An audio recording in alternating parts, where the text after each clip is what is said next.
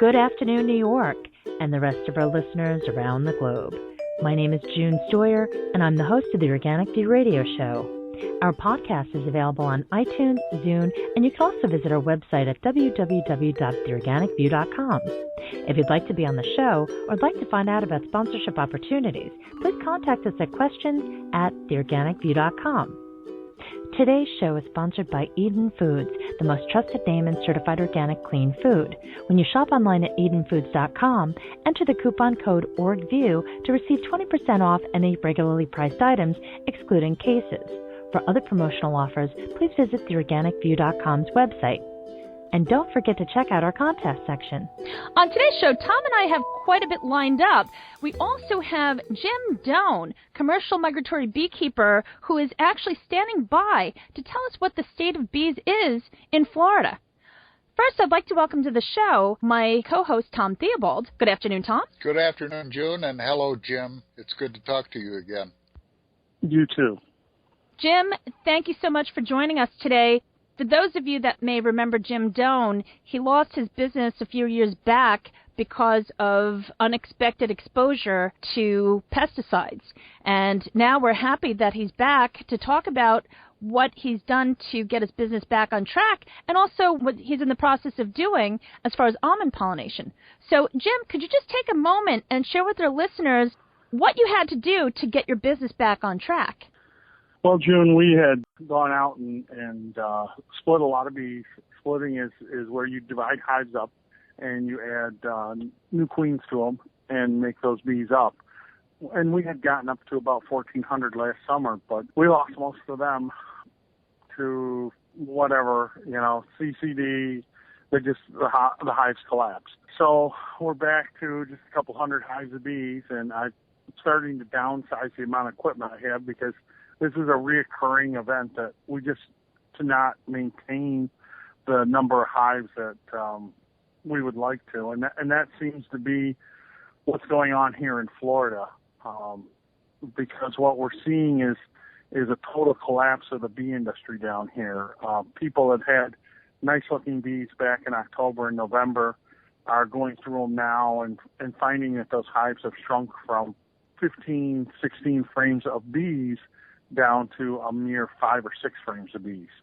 And that's very unnormal for Florida. Even in the last few years, we haven't seen such a dramatic decline in bee populations. Do you have any suspicions, Jim, as to what the cause is?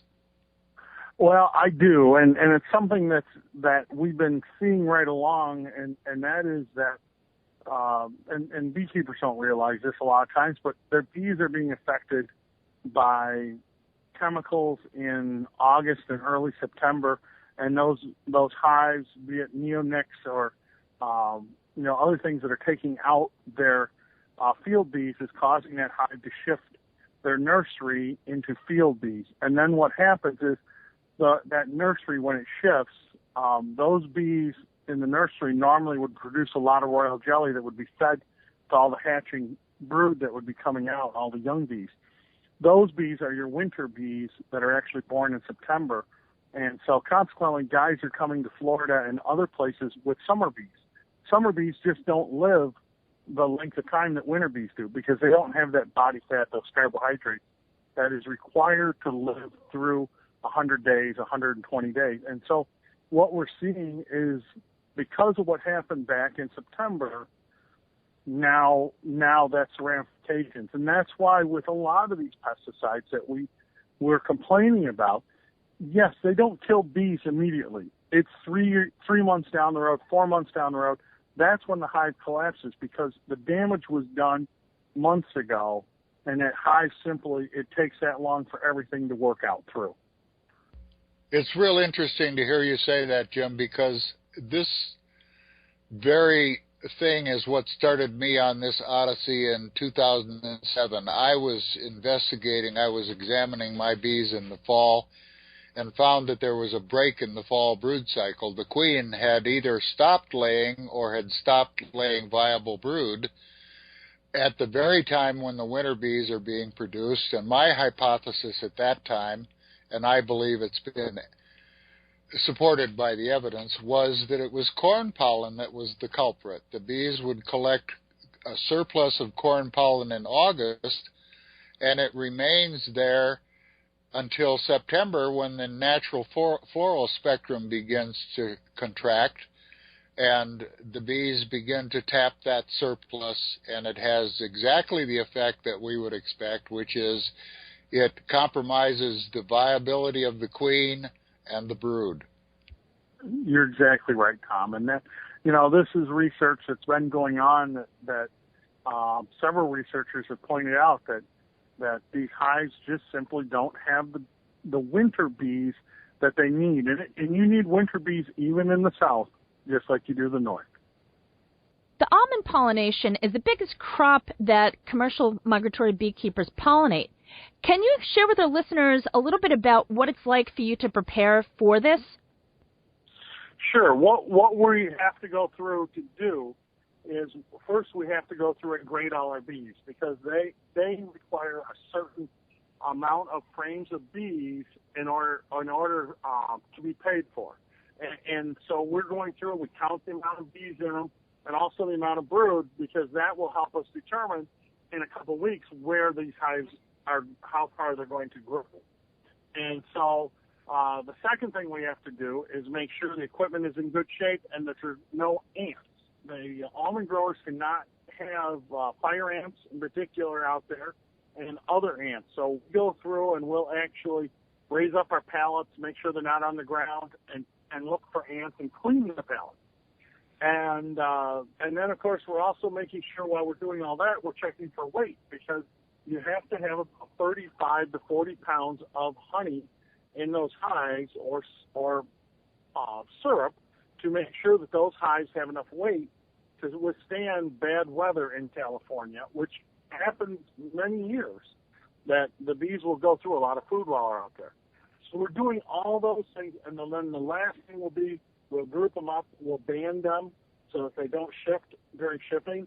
And here from Florida, it will take about 4.5 days for those bees to transport from here to California.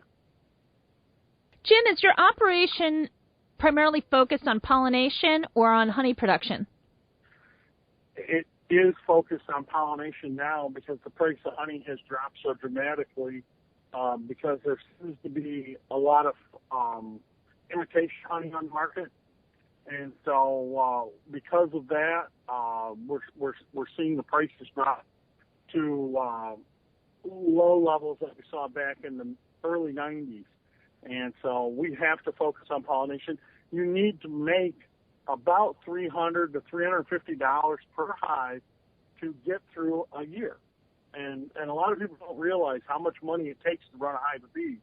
But this is high-cost beekeeping, where, you're spending a lot of money on queens, you're spending a lot of money on food, and time in those hives. We never spent the amount of time that we're spending today looking at bees, getting bees ready to go to pollination. How is the almond migration shaping up for Florida beekeepers, Jim? It's not going to be good, Tom. The beekeepers I've spoken with down here are seeing poor quality bees because of the shrinkage that we've seen throughout the season, and also, the big beekeepers are seeing even the same problems that we're seeing.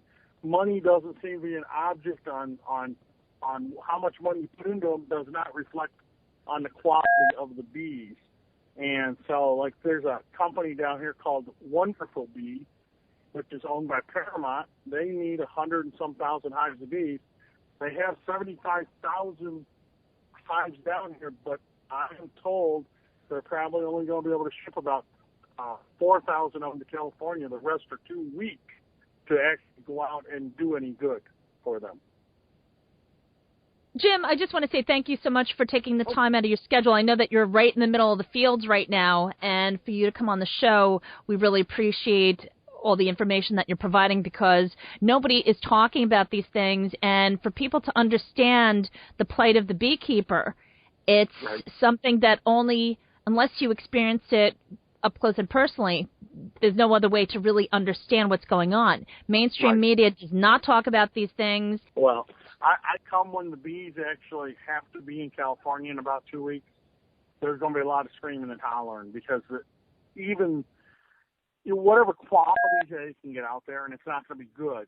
A lot of guys are telling me they're on 5, 6 frames, maybe at the most. Generally, most almond growers want 8 frames of bees minimum, and they're just not going to get them. So either they're going to have to accept the poor quality, or they're just not going to get bees. And on top of that, Paramount, which I mentioned, they've got a standing order right now for 48,000 hives of bees in California that they don't even have contracts for. I mean, they need those bees. So when push comes to shove, there's just going to be a huge shortage of bees. People like my cousin Hackenberg, they don't have any bees. Hackenberg went from 1,700 hives down to 80, which is he won't have anything to ship to California. And in the past, David has shipped 2, 3, 4 loads of bees a year. The guy that I was going to buy, he started out the season with 1,800. He may have 100 that could go to California. The rest are dead or might as well be dead. And so, you're seeing this huge collapse once again of beehives, and it's just not sustainable. I mean, where Hackenberg's going to buy his bees, the guy's not even sure he's going to be able to have bees for him now because he can't keep his bees alive. And this is the bigger problem, is that we've run out of reserves. 3, 4 years ago, there were all these bees in the countryside that weren't being moved to almonds or weren't being drawn into agriculture. Those bees are gone. They've already been drawn in. And so what you're seeing now is that there's no place for people to turn to go get more bees from or to refill their equipment with. And that's a huge problem. And I know what the almond growers are going to want. They're going to want to open the borders up, either to Canada or to Australia to bring packages in. We do not, as a bee industry, we don't want that. Australia has several other problems that we still don't have, and we certainly don't want their problems. And then on top of that, the Canadians only want to open the border one way, and that's to let the Canadians down here. But many of us would relish the idea of being able to go to Canada to put our bees in the woods, because that's really the only wild areas we've got left to go hide in. They're as at the rate that they're ripping up ground to plant more and more corn, it's not sustainable to keep bees any place. Even here in Florida, they're planting corn and growing it now. Jim, what are some of the problems that Australia has that we don't, and vice versa? They have another mite that we don't have. They've also got a couple different viruses that we don't have yet and that we don't want, that would because our bees have never had to deal with those particular viruses, it would decimate the bee population here. And we see that every time something new's brought in. You certainly see, like tracheal mites, we saw a huge hit, but then the bees bounce back. I mean, after a few years, the bees become tolerant, or in the case of tracheal mites, they simply pretty much disappeared because the bees that were most susceptible died. Even with Varroa, and Tom has seen this, I mean, there's lots of new queen lines that are coming out that are either mite resistant, mite tolerant, or actually tear the legs off of mites and kill the mites. And mites really, Varroa mites are the least of our problems. We treat maybe once a year, and since we've started using the ankle biter line, which was developed at Purdue, we don't even see mites at all in those hives. So it comes back to, we hear the chemical companies going, well, mites are the problem, mites are the problem. Show me the mites, and then maybe we'll have a problem. But I don't have mites. And most of these other beekeepers are doing a good job either controlling their mites or not even having to worry about mites, because mites aren't the problem in their hive. Thank you. You're welcome. Jim, thank you so much for being on the show today. And by all means, when you get a chance, we'd love to have you back. Sure. Anytime. Thanks, Jim. I know you're out in the bee yard actually working, so you're going to have to go back to work, I'm afraid. I am. You guys have a great day. Thank you. Wow, that was really interesting talking to Jim before. It's amazing that he's even able to continue at this point. But, after so many years of being a beekeeper, what choices do they have? It's a sad story, June, because nobody's tried any harder than Jim. He's been knocked back to almost nothing. He's reinvested. He's built back up again, been knocked back again. He's sold the farm. And he's representative of what is happening to many, many beekeepers, both large and small. And far too many have already gone under. And the statistics that he's talking about should get everybody's attention. But we're not getting much help from the regulators. What's interesting is that now the EPA apparently is agreeing that imidacloprid is harmful to bees. And I know imidacloprid is something that we've been talking about for several years. Now this is what they're saying? Well, this is pretty tentative, what they've come up with. And let me just explain a little further. They've taken a look at imidacloprid, and imidacloprid was registered in the United States in 1992. So now, 24 years later, the EPA has concluded that imidacloprid may be harmful to bees. And what they've done is they've looked at a crop on which it is a minor use. They've looked at imidacloprid on corn. Corn produces no nectar and only pollen. And they didn't take a look at things like vegetation droplets, which are high in the neonicotinoids whenever they're used as a seed treatment. So what they've done is they've looked at the wrong crop in the wrong places, and they've concluded that it may harm bees. And I question why they would do that, and I've given it a lot of thought.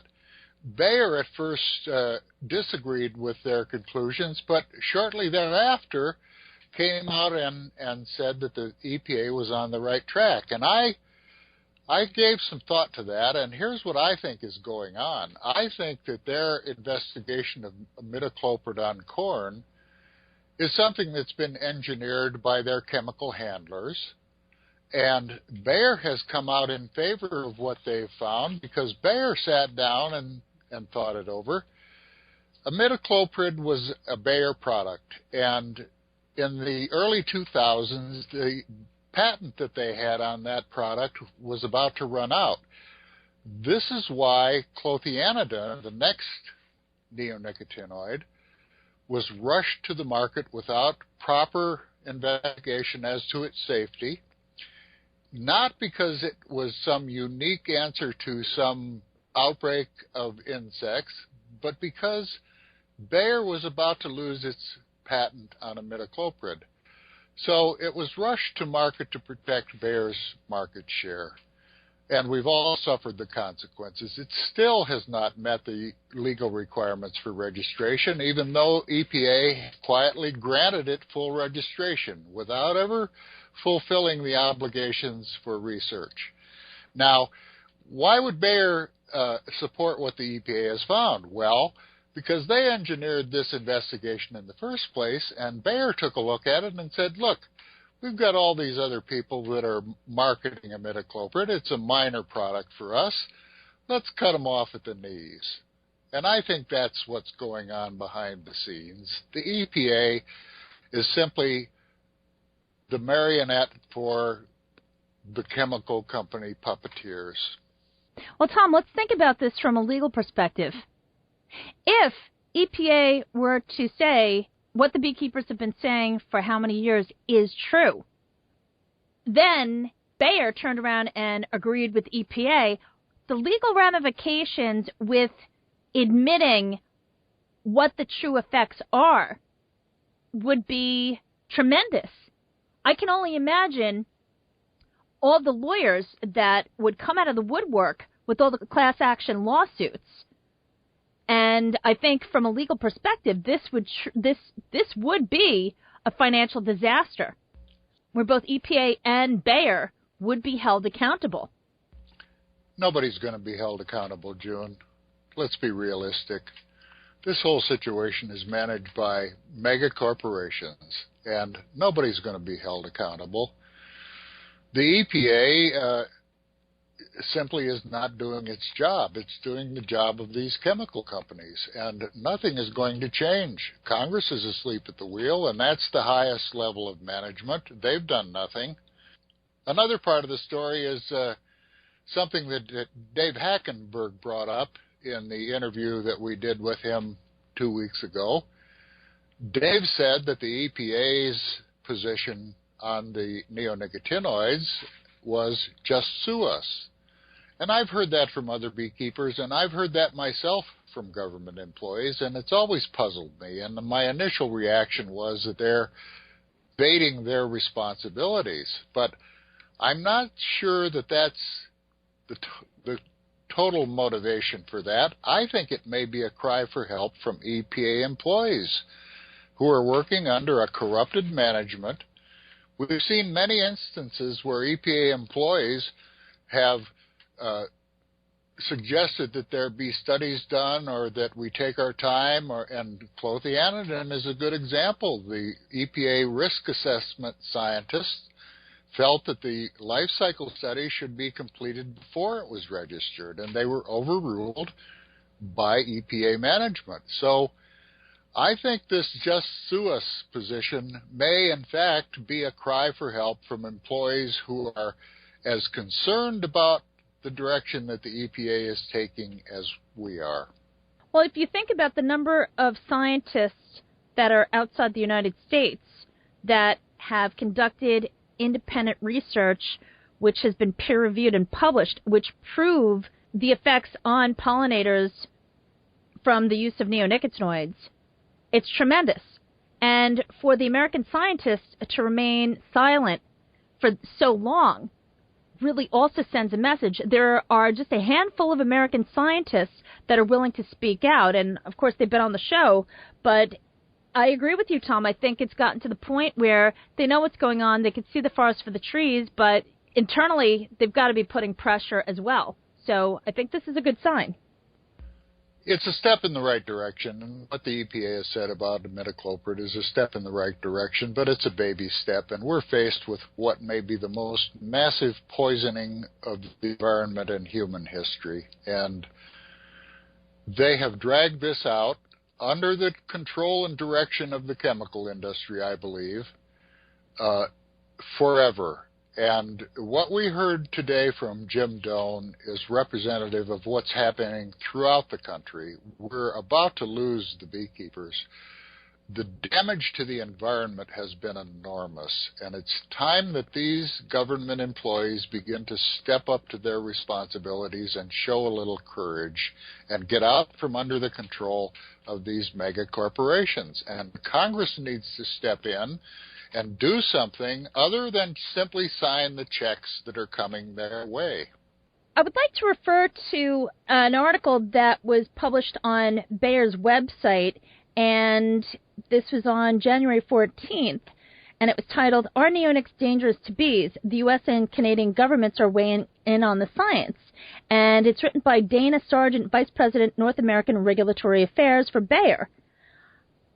What's interesting is that what a lot of people tend to forget is the corporate executives have an obligation to make the corporations money. That is their number one obligation.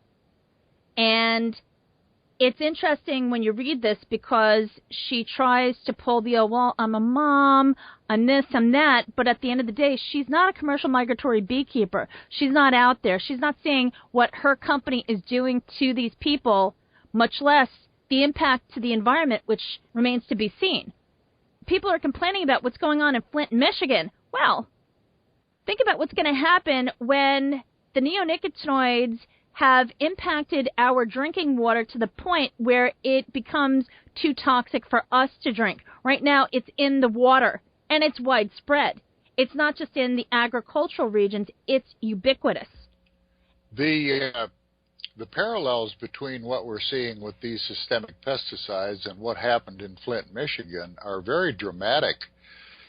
We're seeing environmental damage being inflicted that may not express itself for years to come. And that's the same situation with lead in the water system. Those children, tragically, may have been affected in ways that won't reveal themselves for years to come. And that's what we're seeing with these systemic pesticides. They are long-lived. Many of them have half-lives of years. The soil and the water has been massively contaminated. And even were we to wave a magic wand and stop them today, it will take years for the environment to purge itself of these poisons. This has been a very irresponsible